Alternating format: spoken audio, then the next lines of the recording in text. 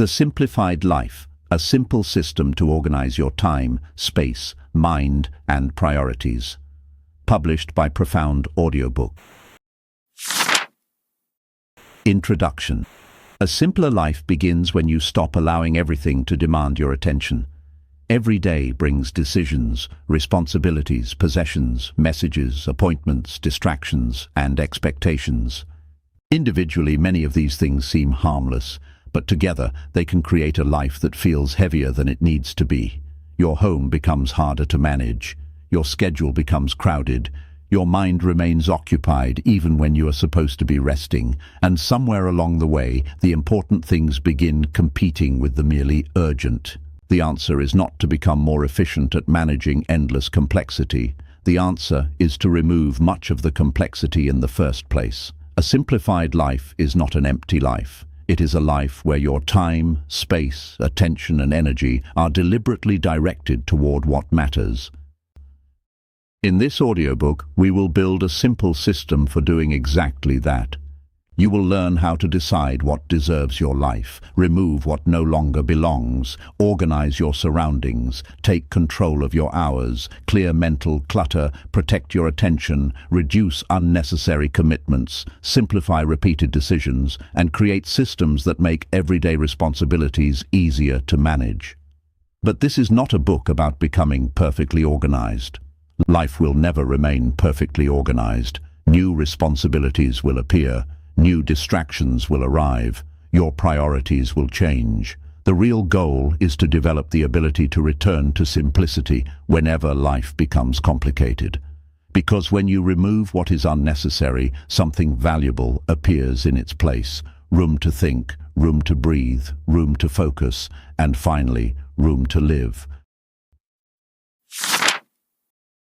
Chapter 1. Decide what deserves your life. Before you organize your life, you have to decide what your life is supposed to make room for. This sounds simple, but it is one of the hardest questions to answer honestly. Your calendar may already be full. Your phone may already be filled with reminders. Your home may already contain everything you think you need. Yet none of those things can tell you whether your life is actually organized around what matters. Organization without direction simply creates a more efficient way to remain busy. Take a moment and imagine that every demand currently placed on you disappeared for a day. No emails, no messages, no appointments, no deadlines, no one asking you for anything. What would you naturally want to give your attention to? The answer may reveal more about your real priorities than any productivity system ever could. Perhaps you would spend time with someone you love. Perhaps you would work on a meaningful project, read, exercise, create something, or simply enjoy a quiet morning. Those instincts are worth noticing. The problem is that life gradually fills with things that feel important because they are loud. A message arrives, and you answer it. A meeting appears, and you attend it. Someone asks for a favor, and you agree. A new opportunity appears, and you chase it. One decision follows another until your days are filled with activity that you never consciously chose. You can become extremely busy living a life that was assembled almost entirely by other people's requests.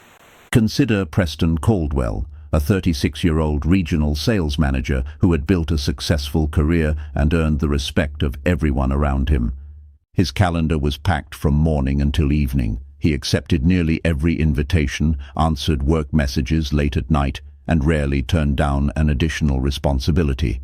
From the outside, Preston seemed ambitious and disciplined. Privately, he felt that his life belonged to everyone except himself. One weekend, he wrote down the things he genuinely wanted his life to contain: time with his family, meaningful work, physical health, a few close friendships, and enough quiet to think. The list was surprisingly short. The realization was uncomfortable, but freeing. His problem was not that he lacked time. He had simply given too much of his time to things that were not among his highest priorities. You do not need to copy someone else's definition of a successful life. Your priorities might be different. That is exactly the point. Simplicity begins when you stop measuring your life against someone else's scoreboard. More money may matter to you, more freedom may matter more. Perhaps your greatest priority is family. Perhaps it is building something meaningful, protecting your health, developing your mind, or living with greater peace. There is no universal list, but there must be a list. Once you know what matters, decisions become easier. Every new commitment can be measured against your priorities. Every possession can be questioned. Every opportunity can be evaluated. You no longer have to ask, can I fit this into my life? You can ask a better question, does this belong in my life?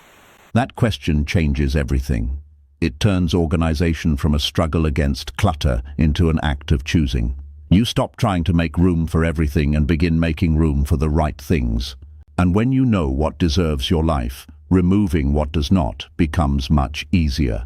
Your life is limited, even when your possibilities are not. You cannot give your best energy to everything, so choose carefully. Decide what deserves your time, your attention, your effort, and your presence. Then let those decisions become the foundation for everything you simplify from this point forward. Chapter 2. Remove what no longer belongs. Once you know what deserves your life, the next step becomes much easier. Remove what does not. This is where simplification becomes practical. You do not need to organize every possession, commitment, habit, subscription, project, and responsibility you have collected over the years. Some things do not need better organization. They need an ending. Think about how clutter enters your life. Rarely does it arrive all at once. A purchase here, a subscription there, a new commitment, another app, another project, another promise, another item kept because you might need it someday. Nothing seems serious enough to deal with immediately, so everything stays. Over time, however, these small additions begin to compete for your space, money, attention, and maintenance. The result is a life carrying far more than you consciously chose. This is why simplification begins with subtraction. Before you buy another storage box, download another planning application, or create another list, ask whether the thing deserves to remain. Organization can make clutter look neat, but it does not make unnecessary clutter necessary. A perfectly arranged collection of things you never use is still a collection of things you never use. One of the most useful questions you can ask is, if I didn't already have this, would I choose it today? Imagine looking at an old piece of furniture, an unused subscription, a forgotten project, or even a recurring obligation as though it were being offered to you for the first time. Would you willingly bring it into your life now? If the answer is no, that answer deserves your attention. This does not mean you need to throw away everything that is not immediately useful. Life is not a warehouse where every object must justify itself every morning. Some possessions have sentimental value, some responsibilities are temporary, some activities exist simply because they bring joy. The goal is not ruthless elimination. The goal is conscious ownership. You should know why something is taking up space in your life. The same principle applies to commitments. A commitment can become clutter even when it is attached to a good cause. You can volunteer too much, attend too many events, accept too many favors, or carry responsibilities that no longer make sense simply because you once agreed to them. The fact that you said yes in the past does not mean you are required to say yes forever. There is also another form of clutter that is harder to see: outdated goals. Perhaps you once wanted a particular career, business, lifestyle, or achievement. Years later, you may still be pursuing it simply because you became accustomed to wanting it. But people change. Circumstances change. What once mattered deeply may no longer belong in the life you are trying to build now. This is where letting go becomes an act of honesty. You are not admitting that you failed. You are recognizing that continuing something simply because you started it is not always wisdom. Sometimes progress means changing direction. Look at your digital life as well. Your phone may contain applications you have not opened in months, newsletters you never read, accounts you no longer use, photos you never revisit, and notifications that interrupt you without adding anything meaningful. Digital clutter does not occupy physical space, but it still occupies attention. Every unnecessary notification is another invitation to look away from whatever you were doing. The same is true of information. You do not need to know everything happening everywhere. You do not need to follow every conversation, every trend, every argument, or every update. Information becomes useful when it helps you understand, decide, or act. Beyond that point, it can become another form of noise. A simpler life requires the courage to leave some things unfinished, unused, unanswered, or behind. You do not have to preserve every version of yourself. You do not have to maintain every relationship with the same level of involvement. You do not have to keep every possession simply because you paid for it. Money already spent is gone. Keeping something you no longer need does not recover it. Start noticing what creates friction. What do you repeatedly clean, move, remember, pay for, explain, maintain, or worry about without receiving enough value in return? Those are signals. They are invitations to simplify. The goal is not to create a life with nothing unnecessary in it. That would be impossible. The goal is to become someone who notices unnecessary weight and has the courage to put it down. Every time you remove something that no longer belongs, you recover a little space. Recover enough space, and you begin to recover something much more valuable, your freedom to choose what comes next. Chapter 3. Give everything a place. Once you have removed what no longer belongs, the next step is to create order around what remains. This does not mean turning your home into a showroom or making every drawer look perfect. Real organization is much simpler than that. It means knowing where things belong and making it easy to return them there. When everything has a place, your surroundings stop asking you small questions all day long. Think about what happens when you cannot find your keys. You search the table, check your pockets, look beside the door, and perhaps walk into another room. The object itself has not changed, but the absence of a predictable home has created a small problem. Multiply that problem across dozens of possessions, documents, cables, tools, clothes, and everyday items, and you begin to understand why disorder can feel exhausting. You are repeatedly solving the same tiny problem because you never solved it permanently. This is why a simple rule can change your environment. Give commonly used things a permanent home. Your keys belong in one place. Your wallet belongs in one place. Important documents belong in one place. Charging cables belong in one place. Cleaning supplies belong in predictable locations. The goal is not perfection. The goal is predictability. Consider Sabrina Holloway, a 31-year-old interior photographer who worked from a home studio. Her apartment was not especially messy, but her equipment seemed to move everywhere. Camera batteries ended up beside the kitchen counter, memory cards disappeared into drawers, paperwork collected on the dining table, and clothing samples occupied whatever surface was available. Sabrina initially thought she needed more storage. Instead, she realized she needed clearer homes for the things she already used. She created a dedicated equipment area, a small paperwork station, and specific locations for frequently used accessories. The difference was immediate. She did not have more space. She simply stopped making the same organizational decisions every day. Notice the important lesson here. Organization should follow your behavior. If you use something every morning, putting it in an inconvenient cabinet simply because the cabinet looks cleaner is not a good system. If you regularly use certain tools together, keeping them together makes sense. If something is rarely used, it can live somewhere less accessible. Your system should serve your real life, not an imaginary version of it. There is also a powerful connection between visibility and behavior. When something important is hidden, you may forget it exists. When something unnecessary is constantly visible, it can quietly demand your attention. This is why your environment should make important things easy to see and unnecessary things easy to ignore. You are designing the visual instructions your surroundings give you. Be careful, however, not to turn organization itself into another source of complexity. A system with 20 categories, specialized containers, complicated labels, and strict rules may look impressive for a week, and become a burden afterward. The best system is usually the one you can maintain without thinking too much. If putting something away requires 5 steps, you will eventually leave it out. If it requires one simple movement, you are far more likely to do it. Think about your home at the end of an ordinary day. You are tired. You have finished work, answered messages, handled responsibilities, and now you want to rest. This is when a good system proves its value. You should be able to walk through your space and reset it without turning organization into another evening project. A few minutes of returning things to their homes can prevent an hour of cleaning later.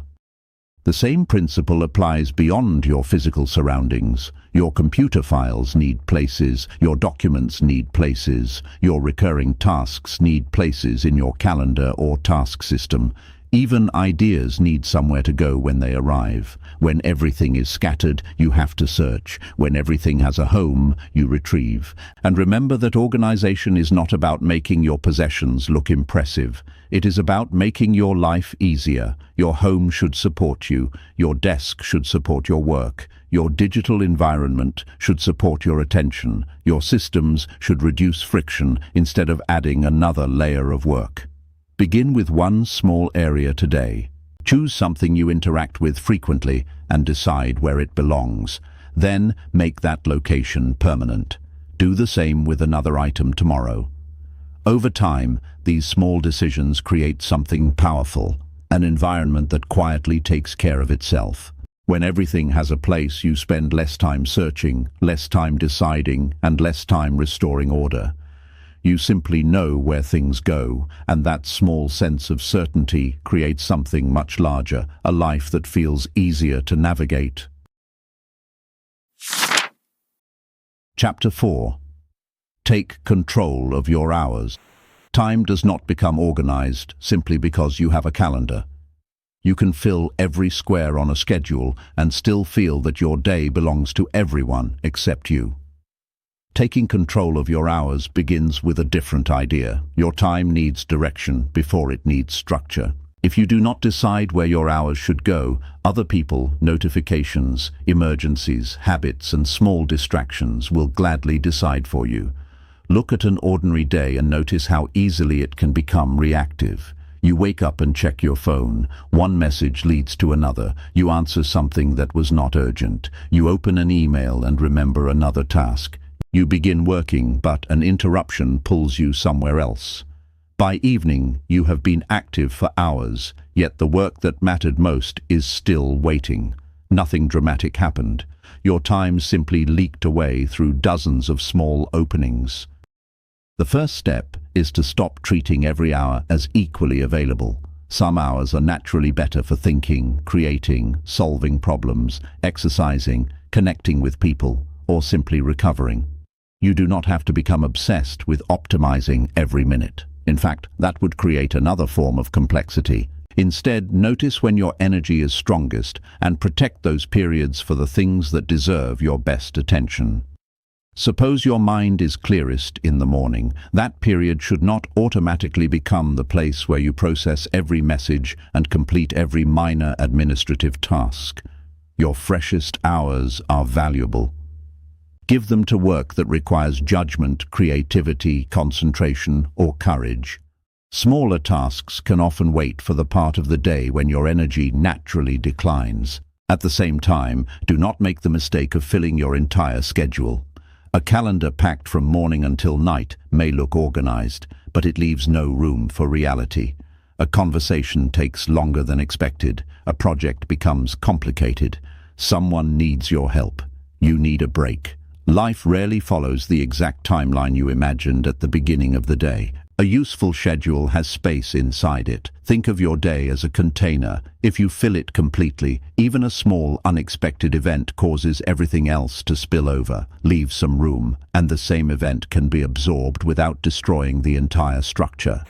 This is also why you should stop confusing availability with responsibility. Just because you have an open hour does not mean someone else is entitled to it. An empty period can be used for thinking, resting, walking, reading, planning, or simply doing nothing. Rest is not wasted time when it allows you to return to your responsibilities with a clearer mind. Another powerful habit is deciding in advance what deserves your attention. Before the day becomes noisy, identify the important work. You do not need a list of 20 priorities. In fact, calling 20 things a priority removes meaning from the word. Choose a small number of outcomes that genuinely matter, then build your day around them. You should also learn to recognize the difference between a busy day and a valuable day. A busy day contains movement. A valuable day contains progress. You can answer 50 messages and still avoid one important conversation. You can organize your files for 3 hours and never complete the project that those files were supposed to support. Activity feels satisfying because you can see yourself doing something. Progress often requires you to sit with something difficult and give it sustained attention. Your hours become easier to control when you stop asking, "What can I fit into today?" and begin asking, "What deserves a place in today?" That small change puts intention before activity. Try creating a simple rhythm. Give your most important work a protected period. Group smaller tasks together instead of allowing them to interrupt the entire day. Keep space between major commitments. Create a clear stopping point in the evening. And when the day ends, take a brief look at what actually received your time. You are not trying to control every minute. You are trying to stop giving your minutes away accidentally. Your life is experienced 1 hour at a time. Once an hour passes, you cannot store it for later or retrieve it from yesterday. So treat your hours with respect. Give them direction, leave them breathing room, and most importantly, make sure the way you spend your time reflects the things you decided were worth your life in the first place. Chapter 5. Clear the clutter from your mind. A cluttered mind can make a simple life feel complicated. You can sit in a quiet room with nothing physically demanding your attention and still feel as though you are carrying 100 unfinished conversations. One moment you are thinking about an email you need to send, then you remember a bill, then you remember something you promised someone, then you wonder whether you forgot an appointment. Your body may be resting, but your mind is still working. The problem is not that you have too many thoughts. Thinking is one of the most valuable things your mind can do. The problem is asking your mind to perform a job it was never designed to perform, remembering every responsibility, deadline, idea, promise, and possibility. Your mind is better at solving problems than storing them. Think about how often you tell yourself, "I need to remember that." It sounds harmless, but every reminder you keep in your head creates another small mental obligation. Even when you are not consciously thinking about it, part of your attention remains connected to it. This is why an unfinished task can follow you into dinner, a conversation, a workout, or even your bed at night. Consider Miles Prescott, a 42-year-old insurance broker who had developed a habit of mentally rehearsing his responsibilities. While driving, he remembered a client call. During dinner, he remembered an upcoming payment. While trying to sleep, he suddenly remembered an appointment. He had notes on his phone, scraps of paper on his desk, reminders in his email, and dozens of things stored only in his memory. The more he tried not to forget something, the more he seemed to think about everything. Eventually, Miles created one trusted place where every task, reminder, and obligation could be captured. His responsibilities did not disappear, but the constant effort to remember them did. This is the power of externalizing your thoughts. When something important enters your mind, give it somewhere to go. Write it down, add it to your task system, put the appointment on your calendar, capture the idea in one place. The goal is not to create endless lists. The goal is to stop forcing your brain to repeatedly remind you about the same thing. But there is an important distinction. Writing something down does not automatically create clarity. If your notes are scattered across 5 applications and 3 notebooks, you have simply moved the clutter from your mind into different containers. Simplicity requires one reliable place where you can capture what needs your attention. You also need a regular time to review what you have captured. Otherwise, your list becomes another forgotten corner of your life.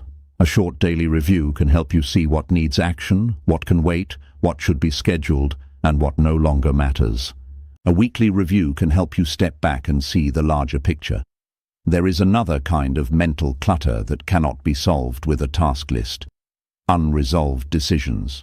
Sometimes your mind stays busy because you have not decided. Should you take the opportunity? Should you continue the project? Should you make the purchase? Should you have the conversation? Indecision keeps several possibilities alive at once. A clear decision, even an imperfect one, can create enormous mental space. Of course, not every decision needs to be made immediately. Some situations require patience. But there is a difference between deliberately waiting and repeatedly avoiding a decision. If you cannot act yet, give the matter a place in your calendar and decide when you will revisit it. That way, you are postponing the decision intentionally rather than carrying it around indefinitely. Your mind also needs empty space.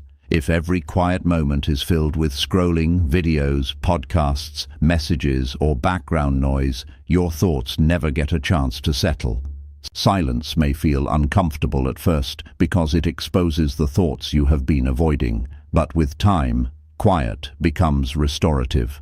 Walking without your phone, sitting without entertainment, or simply looking out a window can give your mind room to process what has accumulated. A clear mind does not mean having no thoughts, worries, or responsibilities. It means knowing where those things belong. Some belong on a calendar. Some belong on a task list.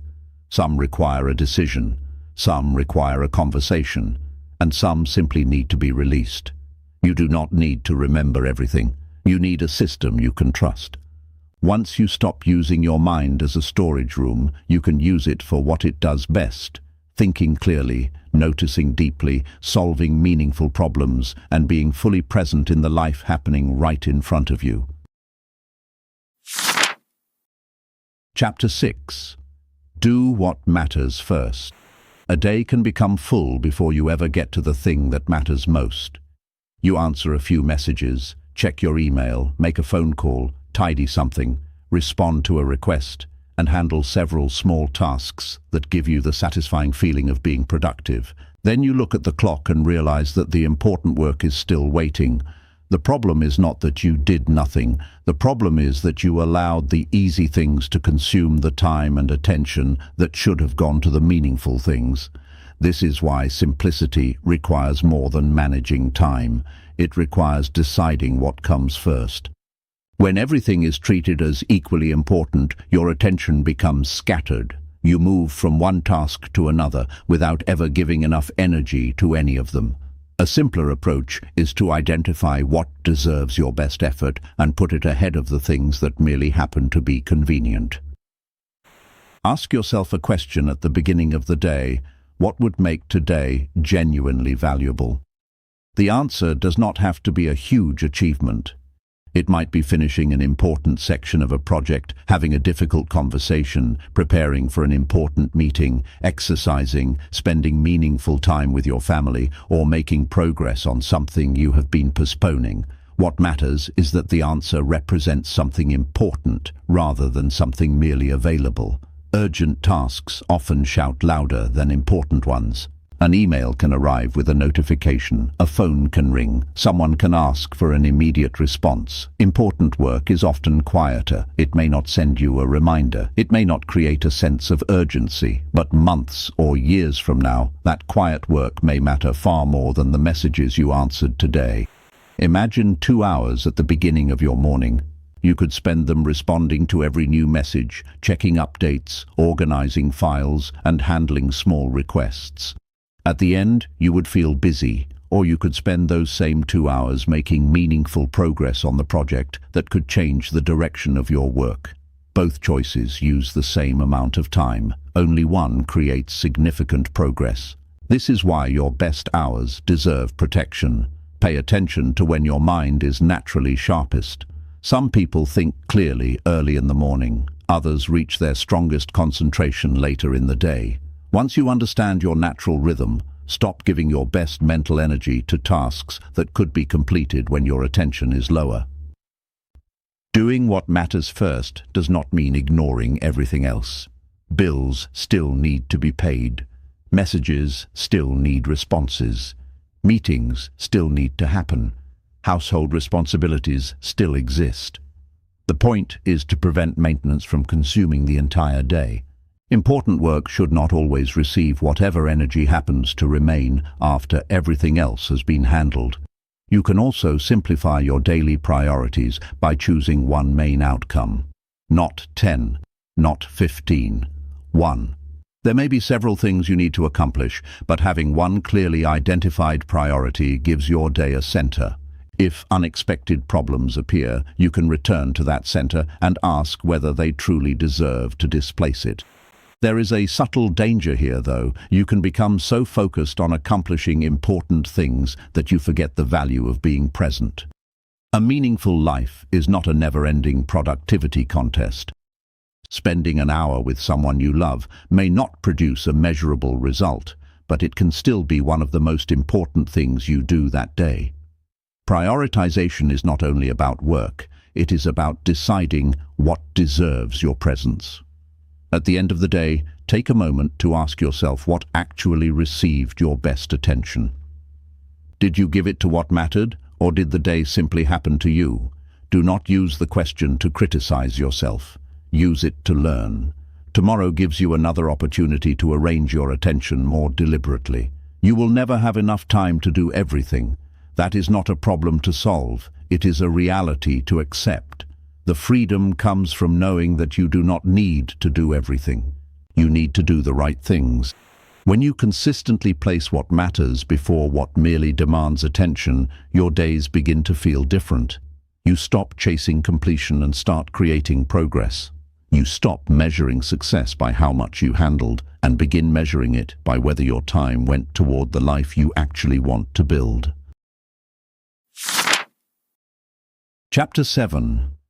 Say no before you commit. Every yes carries a hidden price. When you agree to attend something, take on a task, help someone, join a project, answer a request, or make yourself available, you are not simply accepting an opportunity. You are giving a piece of your future time and attention to it. That is why simplifying your life requires learning to pause before you commit. A quick yes can create weeks of unnecessary pressure. Saying yes often feels easier than saying no. You may want to be helpful. You may worry that someone will be disappointed. You may fear missing an opportunity or appearing selfish. Sometimes you agree simply because you do not want to deal with the awkwardness of refusing. So you say, "Sure, I can do that," before you have even considered what that agreement will require from you. The problem usually does not appear at the moment you say yes. It appears later, when the commitment arrives and you realize your calendar is already crowded. Now you have to squeeze it between other responsibilities. You lose time that was meant for something important. You become tired or resentful. What looked like a small favor becomes another obligation competing for your attention. Consider Tessa Whitmore, a 39-year-old non-profit coordinator who had built a reputation for always being dependable. If someone needed help organizing an event, she volunteered. If a friend needed an errand handled, she agreed. If a colleague needed someone to cover a responsibility, Tessa stepped forward. None of these commitments seemed overwhelming by themselves. The problem was their accumulation. Her evenings disappeared, her weekends became crowded, and the things she cared about most were repeatedly pushed aside. Eventually, she began using a simple rule. She would no longer give an immediate answer to new requests. She would first check whether the commitment actually belonged in her life. That pause can change everything. You do not have to reject someone immediately. You can say, "Let me check my schedule," or "I'll think about it and get back to you." A few minutes of distance can prevent a decision you would later regret. The goal is to make your yes intentional rather than automatic.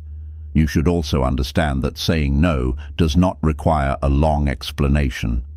When you over-explain, you sometimes turn a simple boundary into a negotiation. A clear, respectful response is often enough. "I won't be able to take that on. I don't have room for that right now. I'm going to pass this time." You do not need to prove that your reason is important enough. There will be times when saying yes is absolutely right. Helping someone you love, supporting an important cause, accepting a meaningful opportunity, or taking on a worthwhile challenge can enrich your life. Simplicity is not about refusing everything. It is about making sure your commitments reflect your priorities. One useful test is to ask, if I say yes to this, what am I saying no to? The answer may be a quiet evening, time with your family, exercise, rest, focused work, or progress on a personal goal. Every calendar has limits. Even when you technically have an available hour, that hour may already have a purpose. Another important lesson is that other people's urgency does not automatically become your priority. Someone may want an immediate response, but that does not mean you must rearrange your life to provide one. Being considerate does not require being constantly available. You can care about people without allowing every request to control your schedule. Remember that your time is not merely something you have left over after serving everyone else. It is part of your life. Protecting it is not selfish when you are using it responsibly. The next time someone asks for your time, resist the reflex to answer immediately. Pause. Look at your priorities. Look at your commitments. Consider the cost. Then decide. A thoughtful no protects the yeses that matter. It keeps your calendar from becoming crowded with obligations you never truly chose. And it gives you something that a busy life often takes away, the freedom to give your best time to the people, work, and experiences that deserve it. Chapter 8. Turn down the noise. Your attention is being invited somewhere almost every moment of the day.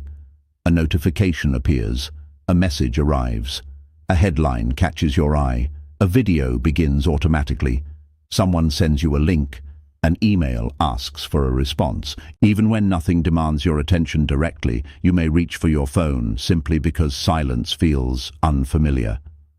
The modern world rarely forces you to pay attention, but it constantly gives you reasons to surrender it. The problem is not technology itself. Technology can make your life easier, faster, and more connected. The problem begins when every tool becomes an open door through which other people's priorities can enter your mind. Your phone can be useful without becoming your constant companion. Your inbox can be valuable without becoming a place you live. Social media can entertain you without becoming the background noise of your entire day. Think about how often you consume information without intending to do anything with it. You open one article, then another. You watch a short video, then another appears. You check a message and suddenly find yourself reading comments about something completely unrelated. None of these moments seems significant, but attention does not disappear in dramatic pieces. It is usually spent in tiny fragments, and fragmented attention has a hidden cost. Even after you put your phone down, part of your mind may still be thinking about what you just saw. A worrying headline can follow you into your work. An argument online can affect your mood. An entertaining video can make focused work feel unusually dull. Information does not simply enter your mind and leave. Much of it leaves a small residue behind. This is why simplifying your life also means simplifying what you allow into your awareness. You do not need to know everything happening everywhere. You do not need to respond to every message immediately. You do not need to follow every conversation, trend, controversy, or opinion. Being informed is valuable. Being constantly stimulated is something else. Start by examining your notifications. Ask yourself which ones genuinely help you and which ones simply interrupt you. A message from someone important may deserve an alert. A shopping application announcing a discount probably does not. A calendar reminder may serve you. A social platform asking you to return may simply be asking for your attention. You do not have to treat every notification as equally important. The same principle applies to your inbox. Email was designed as a communication tool, not as a permanent command center. Checking it every few minutes can make your day feel like a series of reactions. Instead, create reasonable periods for processing messages. When you are doing important work, close the door for a while. You can return later. You should also create moments when nothing is competing for your attention. Take a walk without filling every step with audio. Eat a meal without scrolling. Sit in a room without immediately reaching for entertainment. Let yourself experience a few minutes of ordinary silence. At first, this may feel strangely uncomfortable. That discomfort is often a sign of how accustomed your mind has become to constant stimulation. Silence gives your thoughts somewhere to settle. It allows ideas to develop without being interrupted by the next piece of information. It can also reveal what you have been avoiding. When the noise disappears, you may notice that you are tired, worried, dissatisfied, or simply in need of rest. That awareness is useful. You cannot simplify something you never allow yourself to notice. Be especially careful about beginning and ending your day with constant input. The first few minutes after waking can shape the direction of your attention. If the first thing you consume is a stream of other people's messages, opinions, emergencies, and advertisements, your mind begins the day reacting. Likewise, filling the final minutes before sleep with endless stimulation can make it harder to mentally step away from the day. You do not need to disappear from the world. You simply need boundaries around your access to it. Decide when you will check messages. Decide when you will consume news. Decide when entertainment belongs in your day. Decide when your phone stays out of reach. These boundaries are not restrictions on freedom. They are ways of protecting it. A quieter life does not mean an uninformed life. It means becoming selective about what deserves to enter your mind. You can choose depth over volume, intention over impulse, and silence over constant stimulation. Not everything that can reach you deserves access to you. Every time you turn down unnecessary noise, you make it easier to hear something far more valuable, your own thoughts. Chapter 9. Create rules for repeated decisions. A surprising amount of mental energy is spent answering questions you have already answered before. What should I eat today? When should I exercise? When should I shop? Which clothes should I wear? When should I pay this bill? Should I respond to this message now or later? Each question is small, but when hundreds of small decisions accumulate, your mind begins to feel crowded. One of the simplest ways to create more mental space is to stop making the same decision repeatedly. This does not mean turning your life into a rigid schedule. It means recognizing the decisions that appear again and again and creating simple rules for them. Instead of asking yourself the same question every Monday, Tuesday, and Wednesday, you can decide once and allow the decision to become a default. Consider Derek Langford, a 33-year-old civil engineer who noticed that his days were filled with small choices. He spent too much time deciding what to eat, when to exercise, when to buy groceries, what to work on first, and when to handle household tasks. None of these decisions was difficult, but together they created a constant stream of mental noise. Derek began creating simple defaults. He established a few reliable meals, chose specific days for exercise and shopping, and created a weekly time for handling administrative tasks. His life did not become rigid. It became quieter. The power of a rule is that it removes the need for negotiation. If you have already decided that you exercise on certain days, you do not have to ask yourself whether you feel like finding time for it every morning. If you have a regular day for grocery shopping, you do not have to repeatedly wonder when you will go. If you have a standard place for important documents, you do not have to decide where to put them every time one arrives. You can use this principle in almost every area of life. Create a default breakfast if mornings are hectic. Choose a small number of clothing combinations that work well. Set a regular time for reviewing finances. Keep a standard shopping list for household essentials. Decide when you normally respond to email. Establish a weekly reset for your home and schedule. The point is not to eliminate variety, it is to eliminate unnecessary deliberation. Rules are especially useful when they protect you from decisions made at the wrong moment. When you are tired, hungry, distracted, or stressed, your judgment can become less reliable. A simple personal rule can carry you through those moments. You do not have to negotiate with yourself every time temptation appears. You already know what you decided when your mind was clear. There is also freedom in creating limits. For example, you might decide that you wait 24 hours before making a non-essential purchase. That one rule can prevent countless impulse decisions. You might decide that you do not check work messages during a certain period of the evening. You might decide that unfinished tasks are either scheduled or removed instead of being carried indefinitely. Simple rules create boundaries where endless choices would otherwise exist. Of course, not every area of life should be governed by rules. Leave room for spontaneity, curiosity, and change. A good system should make life easier, not make you feel like you're living inside a machine. Use rules for repetition, not for everything. The deeper benefit is not merely saving time, it is preserving attention for decisions that actually deserve thought. Your mind has limited capacity. Why spend that capacity deciding what you could easily decide once? Look at your own week and identify the choices you repeatedly make. Which decisions feel strangely familiar because you have already made them hundreds of times? Those are opportunities for simplification. Create a default, write a rule, establish a routine, then allow the decision to become automatic.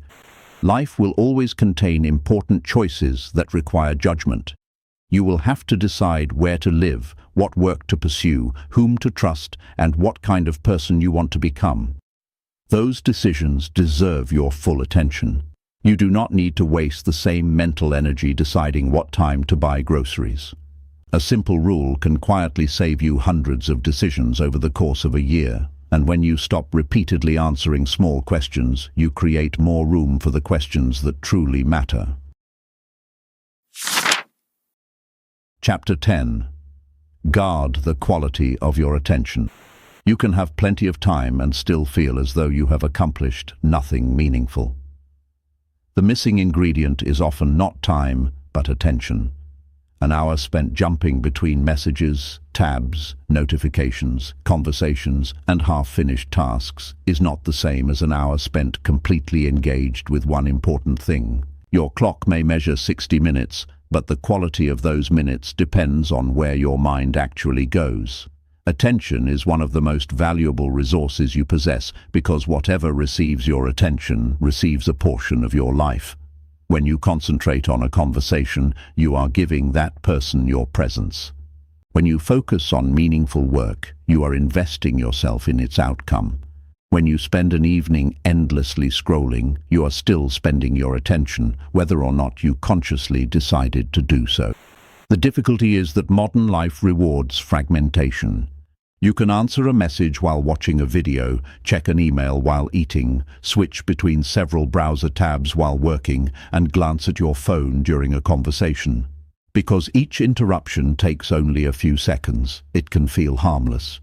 But your mind does not switch contexts as effortlessly as your fingers do. Each interruption leaves a small residue behind. Imagine trying to read a book while someone interrupts you every 3 minutes with a different question. Even if each interruption is brief, your experience of the book would be completely different.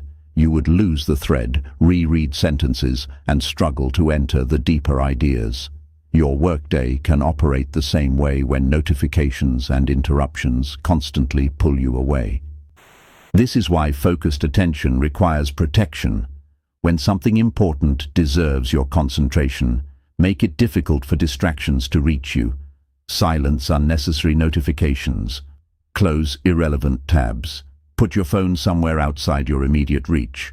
Tell people when you need uninterrupted time. Give one task your attention instead of keeping 5 unfinished tasks open around it.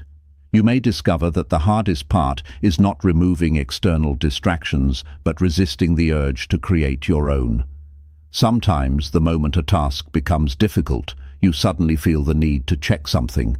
You remember a message. You want another cup of coffee. You decide to organize your files. You find 10 tiny things that feel easier than continuing the difficult work. This is not always a lack of discipline. Often your brain is simply searching for relief from effort. Learn to stay with the discomfort. Concentration is not the absence of the desire to escape. It is the ability to remain with what matters despite that desire. The longer you practice this, the easier it becomes to enter deeper levels of attention. It also helps to match your work with your energy. Do not automatically reserve your sharpest mental hours for tasks that require little thought. If your mind is strongest in the morning, use that period for writing, planning, designing, studying, or solving difficult problems. Save routine administration for times when your energy naturally falls. Your environment matters too. A cluttered desk, an open messaging application, background television, or a phone beside your hand can create invisible invitations to divide your attention. You do not have to rely on willpower against every invitation. Remove as many invitations as possible. And remember that attention needs recovery. A mind that is constantly concentrated without rest eventually becomes dull. Walk, stretch, sit quietly, look outside, have a conversation without trying to accomplish anything. Restoring attention is not separate from productivity. It is part of maintaining your ability to think clearly. There is another important dimension of attention: people. When someone is speaking to you, your attention is one of the clearest forms of respect you can offer. Put the screen away. Listen without preparing your response. Let the conversation occupy the space it deserves. A simpler life is not only about getting more done, it is about being more fully present while you are doing what matters. You cannot control every interruption. Life will always contain unexpected calls, urgent problems, and changing circumstances, but you can control the conditions you create around your important work and relationships. Your attention is constantly being spent. Spend it deliberately. Protect it from unnecessary demands. Give it fully to the task, person, or experience in front of you, because when you improve the quality of your attention, you do more than become productive. You become more present in your own life. Chapter 11. Close the open loops. An unfinished task rarely disappears simply because you stop working on it. It may leave the surface of your day, but it often remains somewhere in the background of your mind. You might be answering an email while remembering the document you still need to complete. You might be relaxing on a Saturday while thinking about the repair you have been postponing. You might begin a new project while several older ones remain quietly waiting for you. These unfinished things become open loops, and each one takes a small amount of mental space. One unfinished task may not matter much, but 10, 20, or 50 unfinished things can create a strange feeling that your life is always slightly behind. You are not necessarily overwhelmed by one major problem. You are weighed down by dozens of small things that have never reached a clear conclusion. Simplifying your life, therefore, requires more than organizing what you have. Sometimes you need to finish what you started, decide what will happen next, or consciously let something go. Consider Cole Harrington, a 47-year-old independent contractor who had accumulated unfinished projects for years. He had started reorganizing his garage, planned to update his business website, bought materials for a home improvement project, enrolled in an online course, and made several personal plans that never reached completion. None of these things was urgent enough to demand immediate action, but all of them occupied a corner of his mind. Eventually, Cole made a list of every unfinished project. For each one, he chose one of 4 actions: finish it, delegate it, schedule it, or release it. The list became shorter, surprisingly quickly. That 4-part approach can be useful in your own life. If something matters and can reasonably be completed, finish it. If someone else can handle it, delegate it. If it matters but cannot be done now, give it a specific place in your schedule. And if you realize it no longer deserves your time, release it. What creates mental clutter is often not postponement itself, but uncertainty about what you intend to do.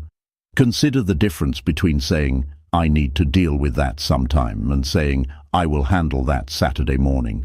The first statement keeps the task floating around your mind. The second gives it a home. You have not completed the task, but you have created a decision. That decision reduces uncertainty. There is another reason people accumulate open loops. They confuse starting with progress. Beginning something feels exciting. A new project gives you fresh energy, new ideas, and the satisfaction of movement. Finishing is different. Finishing often involves repetitive details, difficult decisions, corrections, and the final stretch where enthusiasm has disappeared.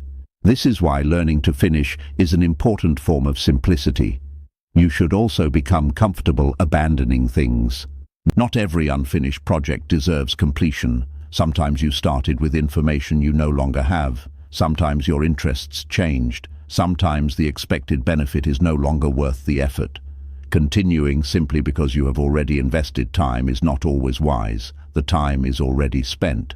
The better question is whether continuing makes sense now. This applies to more than projects. You can have open loops in conversations, relationships, purchases, paperwork, plans, and decisions. Maybe you need to respond to someone, maybe you need to return something, maybe you need to cancel a service, maybe you need to admit that a goal no longer matters. Each unresolved item creates a small demand for attention. Set aside time to close these loops deliberately. You do not need an elaborate productivity ritual. Take a sheet of paper or open one trusted list and write down what is unfinished. Then move through the list without overthinking.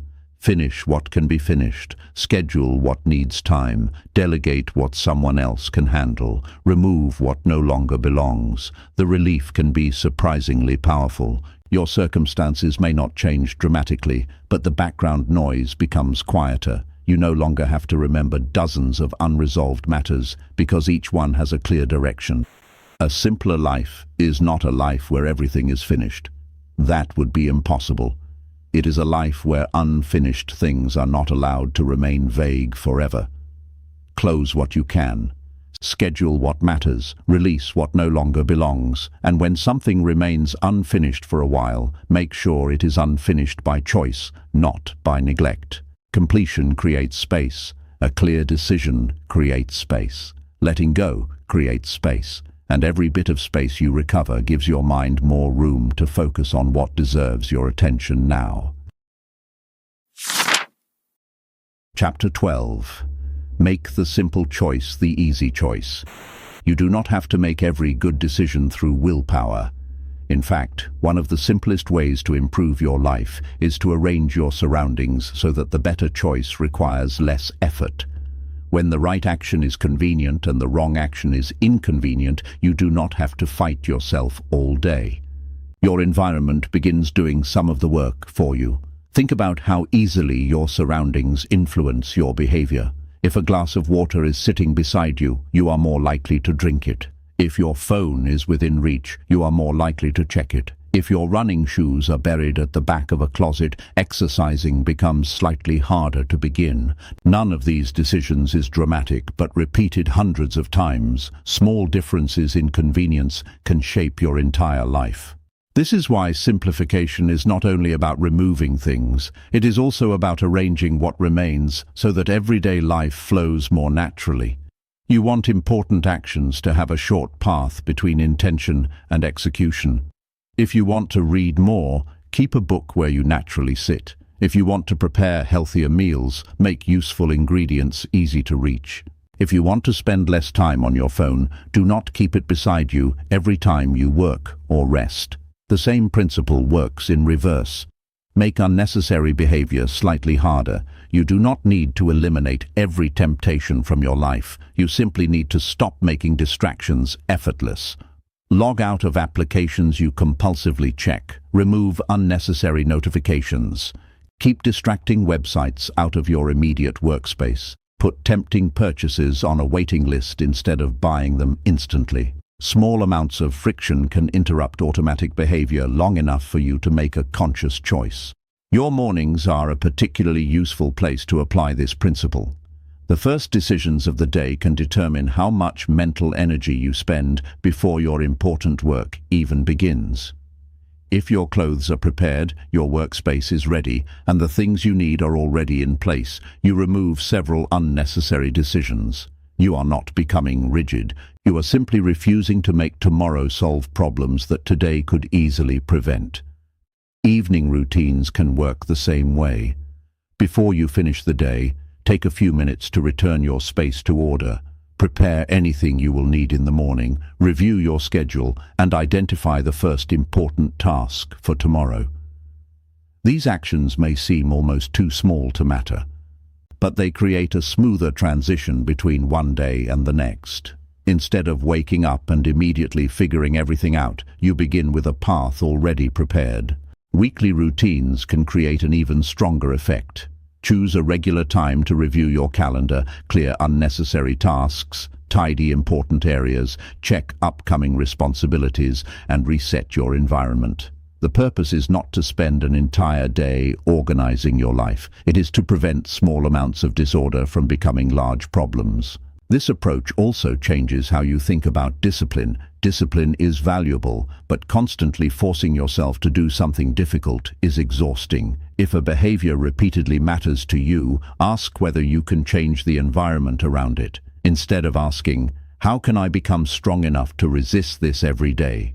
Ask, "How can I make this less available in the first place?" Suppose you want to spend more time writing. You could rely on motivation each evening, hoping you will feel inspired after a long day. Or you could keep your writing materials ready, choose a regular time, silence interruptions, and make the first step extremely easy. The goal is to reduce the distance between wanting to write and actually writing. You can use the same principle with almost anything. Make saving money automatic instead of depending on what remains at the end of the month. Keep frequently used household items where they are actually needed. Create a standard place for important documents. Prepare tomorrow's essentials before going to bed. Build routines around tasks that repeatedly cause stress. The best systems are often invisible. When they work well, you barely notice them. You simply move through your day with less resistance. Things are where you expect them to be. Important actions require fewer decisions. Distractions require more effort. Tomorrow has been prepared by today. You do not need to become more complicated in order to become more disciplined. Often you need to make the right thing easier. When your environment supports your priorities, good choices stop feeling like constant battles. They become natural movements within your day. And that is one of the quietest forms of simplicity, designing your life so that the person you want to become has an easier path to follow. Chapter 13. Put your responsibilities on autopilot. Some responsibilities deserve your attention only once. Others keep returning every week, every month, or every year. Bills need to be paid. Savings need to be set aside. Important documents need to be stored, appointments need to be remembered, household supplies need to be replaced. These tasks may be simple, but because they repeat, they can quietly consume a surprising amount of mental energy. A simpler life does not require you to remember more. It requires you to build systems that remember for you. Think about how many things you currently keep track of in your head. Perhaps you remember when a payment is due, when a subscription renews, when the car needs maintenance, when a document needs updating, or when something around the house needs attention. None of these responsibilities is particularly difficult. The difficulty comes from having to repeatedly remember that they exist. This is where automation becomes powerful. If a bill is predictable, consider putting it on automatic payment. If you regularly transfer money into savings, automate the transfer. If you repeatedly back up important files, create a system that does it without requiring you to remember every time. If an appointment needs to happen at a predictable interval, put a recurring reminder on your calendar. The less often you have to consciously initiate a predictable task, the more mental space you preserve. Consider Naomi Fletcher, a 35-year-old medical practice administrator who was highly organized at work but surprisingly scattered with her personal responsibilities. She kept track of household payments in her memory, remembered renewal dates by checking old emails, and frequently reminded herself to review financial documents. Nothing was seriously wrong, but she was constantly carrying small administrative concerns in the background. Naomi gradually moved predictable responsibilities into a simple system. Payments became automatic, important dates went into her calendar, documents were stored in clearly labeled locations, and she created one monthly review for the few things that still required her attention. Her responsibilities did not disappear, they simply stopped following her around all day. That distinction is important. Automation does not mean ignoring your responsibilities, it means deciding in advance how predictable responsibilities will be handled. You still need to review your finances, you still need to check your accounts, you still need to make important decisions, but you do not need to repeatedly remember the same basic tasks. The same idea applies to household management. Create a simple maintenance schedule. Know when filters need replacing, when certain supplies are usually purchased, when important documents should be reviewed, and when recurring tasks should happen. You do not need to memorize every date. Put the information somewhere reliable and let the system remind you. A useful principle is this: anything predictable deserves a predictable system. If something happens regularly, ask whether you are handling it from memory or from a process. If you are repeatedly solving the same problem, perhaps the problem is not the task itself. Perhaps the problem is that you have never created a permanent way to handle it. Checklists are another simple form of automation. You might use one when traveling, preparing for an important meeting, closing your workspace, reviewing finances, or completing a recurring project. A checklist may seem unnecessary when you already know what to do, but its value becomes obvious when you are tired, distracted, or in a hurry. It protects you from relying on memory at exactly the moment your memory is least reliable. Be careful, though, not to automate everything simply because you can. A system should reduce complexity, not create another layer of complexity to maintain. If managing the system takes more effort than doing the original task, simplify it. Your goal is not to build an impressive machine. Your goal is to make ordinary life easier. There is also a financial dimension to this principle. When money moves automatically toward important goals, you reduce the chance that good intentions will be defeated by forgetfulness. When recurring expenses are reviewed regularly, you can identify subscriptions and services that no longer deserve your money. Simplicity in money is not about knowing every financial detail every minute. It is about creating enough structure that your finances do not constantly demand your attention. The greatest benefit of these systems is psychological. When you know that predictable responsibilities have predictable places, your mind can relax. You no longer need to repeatedly ask yourself, "Did I remember that?" You can trust the system.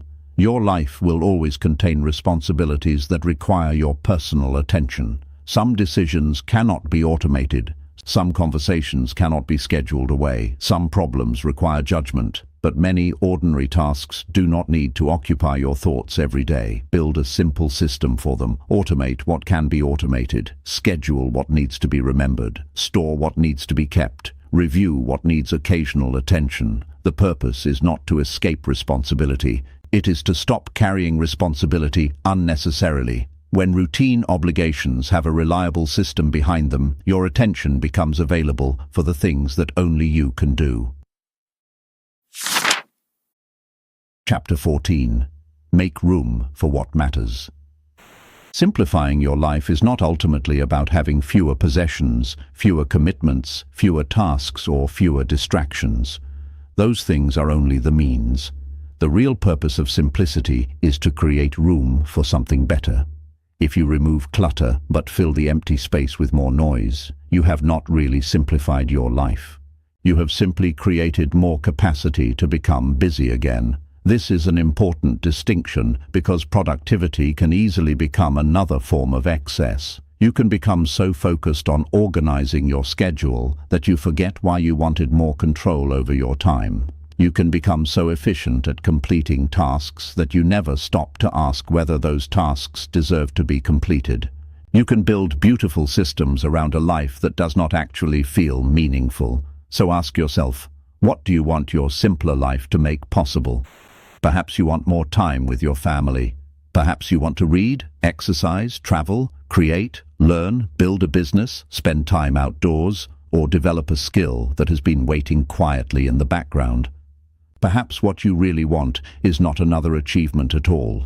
Perhaps you want slower mornings, deeper conversations, fewer rushed evenings, and the ability to sit quietly without feeling guilty. These things can easily disappear when life becomes crowded.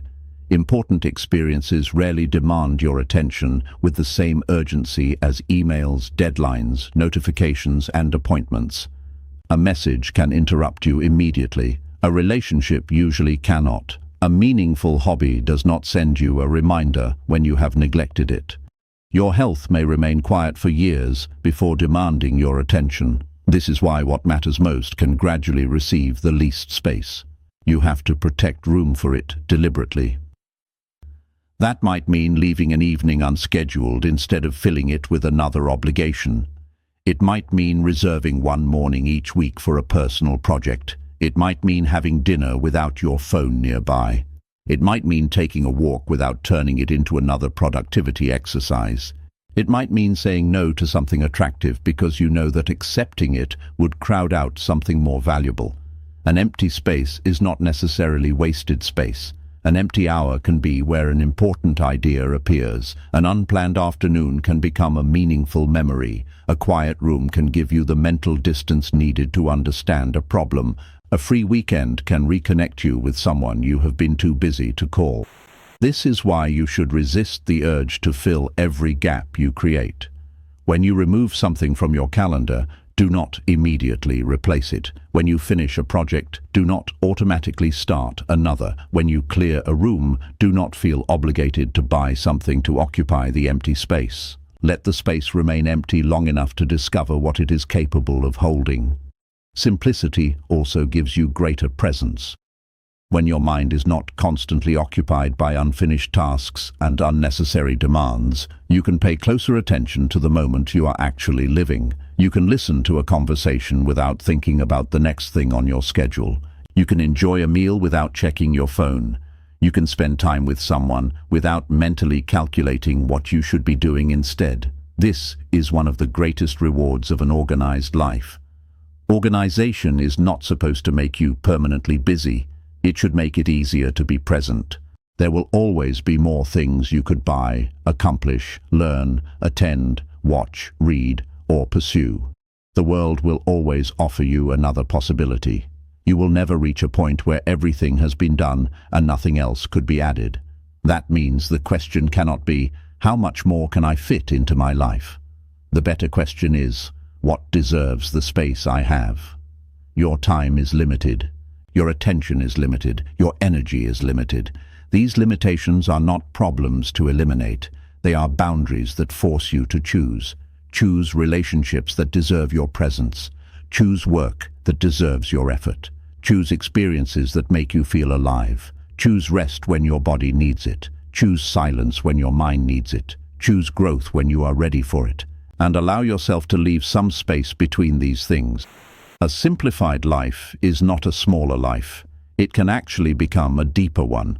When unnecessary demands stop occupying every available corner, meaningful things have room to grow. That is what all this organization has been preparing you for. Not a cleaner calendar, not an emptier room, not a perfectly controlled routine, a life with enough space to notice what matters while it is happening. Chapter 15. Return to simplicity every day. A simple life is not something you achieve once and then keep forever. Life has a way of adding things back. New responsibilities arrive. New possessions enter your home. New commitments appear on your calendar. New information fills your mind. Even after you create order, the natural movement of life slowly creates complexity again. That is why the final skill is not perfection. It is learning how to return to simplicity. Think of simplicity as a direction rather than a destination. You do not need to reach some perfect state where your schedule is always clear, your home is always organized, and your mind is always calm. That life does not exist. What you can build is a habit of noticing when things become unnecessarily complicated and knowing what to do next. The system is simple. First, decide. Know what deserves your life. Without clear priorities, every new demand has an opportunity to become important. When you know what matters, you have a standard against which you can measure your choices. Your priorities become a filter. They help you decide what belongs and what does not. Second, remove. Let go of what no longer belongs. Clutter does not only appear in drawers and closets. It appears in calendars, inboxes, habits, projects, subscriptions, expectations, and commitments. Regularly ask yourself what you are carrying simply because you have carried it for a long time. You do not have to keep everything just because it once made sense. Third, arrange. Give the things that remain a clear place.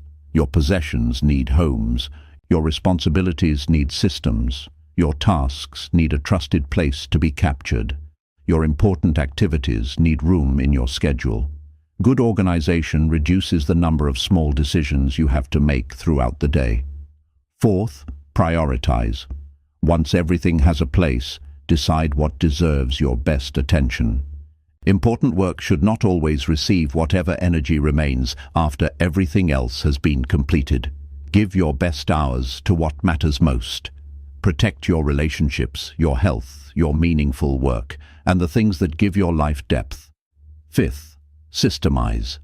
Whenever life asks you to solve the same problem repeatedly, look for a better way. Create a routine. Establish a rule. Use a checklist. Prepare in advance. Automate what can be automated. A simple system can quietly carry responsibilities that would otherwise require constant mental effort. Sixth, protect. Your time, attention, space, and energy are constantly being requested. Protect them. Turn down unnecessary noise. Say no when a commitment does not fit. Create boundaries around technology. Leave room in your calendar. Protect periods of concentration and periods of rest. Simplicity disappears quickly when everything has unlimited access to you. Finally, review. This may be the most important step of all. Every week, or whenever life begins to feel heavier than usual, pause and look around. What has accumulated? What has become unnecessary? What are you spending time on that no longer matters? What responsibility can be removed, simplified, delegated, or automated? A short review can prevent months of accumulated complexity. Notice that none of these principles requires a perfect personality. You do not have to become naturally organized. You do not have to love schedules or enjoy cleaning. You simply need a willingness to notice and adjust. When life becomes complicated, you return to the system. You will have busy seasons. You will have demanding weeks. You will make mistakes. You will overcommit. You will buy things you do not need. You will start projects you never finish. You will sometimes lose control of your schedule. That is normal. The goal is not to prevent every disruption. The goal is to recover without believing that the disruption has to become your permanent way of living. Simplicity gives you a way back. When your home feels crowded, remove something. When your calendar feels overwhelming, reconsider your commitments. When your mind feels full, capture what is unfinished. When your attention feels scattered, turn down the noise. When your responsibilities become repetitive and exhausting, build a system. When you become too busy to enjoy your life, remember what you decided mattered in the first place. The simplest life is not necessarily the life with the fewest things. It is the life where the important things are easy to recognize. Keep returning to that clarity. Keep removing what does not belong. Keep protecting what does. Because the goal was never to organize your life perfectly. The goal was to make your life simple enough that you can give your best attention to the people, work, experiences, and moments that make it worth living. Conclusion. A simpler life begins with a simple decision to stop giving everything equal access to you. You do not need to control every minute, organize every object, answer every message, or complete every task. You need to become clear about what deserves your time, your attention, your energy, and your presence. You have learned to begin with clarity, decide what deserves your life, then remove what no longer belongs. Give the things that remain a place. Take control of your hours. Clear unnecessary thoughts from your mind. Do what matters first. Say no before your commitments become burdens. Turn down the noise. Create rules for repeated decisions. Protect the quality of your attention. Close the open loops. Make the simple choice the easy choice. Put predictable responsibilities on systems that can carry them for you. And finally, make room for the things that give your life meaning. None of this is about creating a perfect routine or building a life so carefully controlled that nothing unexpected can enter it. Life will always surprise you. Plans will change. Responsibilities will appear. Some seasons will be naturally more demanding than others. Simplicity does not prevent complexity from arriving. It gives you a way to handle it. So when your home becomes crowded again, remove something. When your calendar becomes heavy, reconsider what you have agreed to. When your mind becomes noisy, clear the open loops. When your attention becomes scattered, turn down the noise.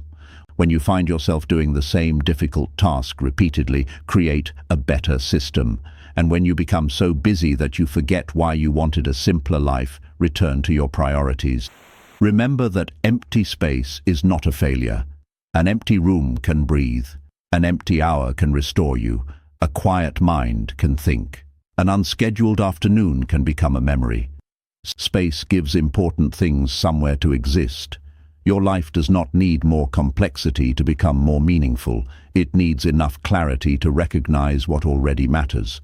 Simplify your space so you can breathe.